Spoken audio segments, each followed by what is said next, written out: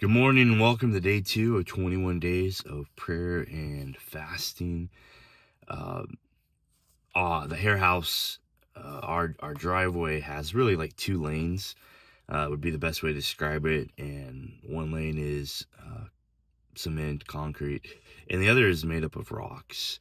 And when we first moved down to Florida, about 6 years ago now, um, it was really overrun with weeds. And I remember during COVID, like trying to pull all these weeds and they just kept growing back. And eventually my neighbor's like, man, you got to get aggressive with those weeds. You got to use the chemicals. And so a part of my weekly routine when I take care of the lawn is to, uh, during mowing season, I spray the rocks with some Roundup and get aggressive with these weeds. And I share all this because God's desire for us and our hope during this 21 days is that we draw closer to Him, that we hear His heart, know His love for humanity, but know His desire for us to be made whole in Him. In Him is the key point. And when we look at the series that we're in, Fight for Your Families, and we look at the first family, Adam and Eve, there's a really important mistake that is made, and it's the mistake of passivity. Eve allows the serpent, Satan, to question God's character and God's command.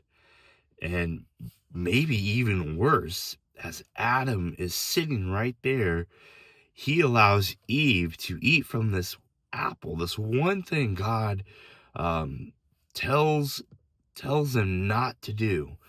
Um, and Adam just sits right there while Eve eats the apple.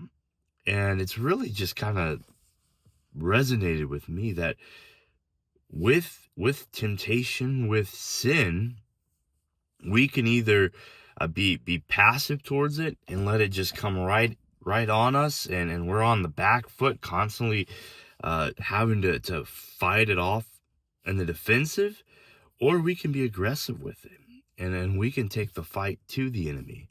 Jesus tells us again in John 10:10, the enemy is here to steal, kill, and destroy. But God, when we trust and followed Him, He wants to lead us into a flourishing life. And I think the best way to do that is to draw close to Him, to seek Him, to be in His presence, and to take the fight to the enemy. Uh, I don't think we should wait for temptation to come and be knocking down the door. We've got to be willing to fight back and take the fight to the enemy. And so, what does that mean? What are disciplines that you have in your life that help you from falling into the trap of temptation? Um, how often are you in the presence of God? You see, when we're in the presence of God, it becomes really hard for the enemy to win.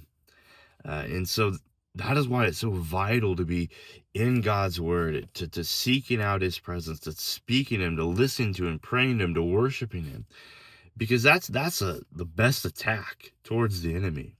Um, and it's something that Adam and Eve missed out, and so many of us, we miss out today. We let the enemy, and I know I've been guilty of it, and have to constantly remind myself, hey, am I letting the enemy win? Am I letting the enemy in? And I think it's time for us as society, as people, as followers of Jesus, to say no. We're not gonna wait until the enemy is raided our home. We're gonna put up the fence mechanisms, and we're gonna put the fight towards him.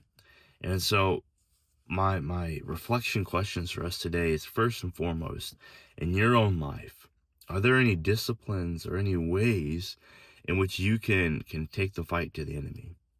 Whether that means just spending more time with God, the hope of this 21 days in prayer and fasting, whether it's removing things, whether it's, hey, saying I need to just get rid of social media, or I need to get rid of my computer, or I need to get rid of fill in the blank.